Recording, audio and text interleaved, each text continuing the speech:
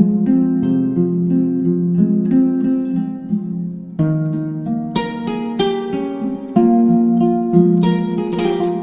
everyone. Today I'd like to talk to you about a book called Mick, Harte Was Here. This is by Barbara Park. This is relatively a short book. It's about 88 pages long, and it's about a family, a two-parent family with two kids, and one of the children dies in an accident.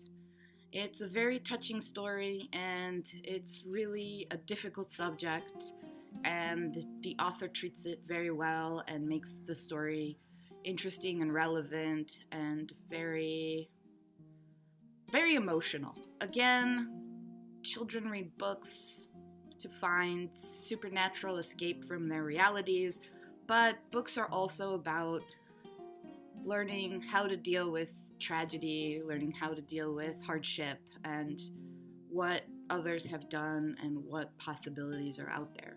So this is one of those stories. Let me give you an example of the writing.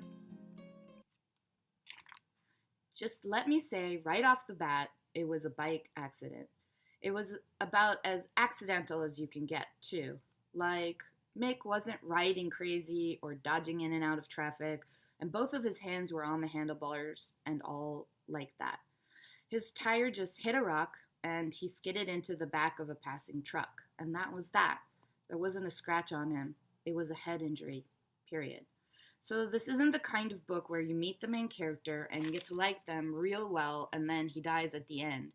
I hate those kinds of books. And besides, I can't think of anything worse than using my brother's accident as the tear-jerking climax to some tragic story.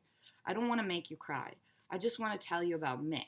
But I thought you should know right up front that he's not here anymore. I just thought that would be fair.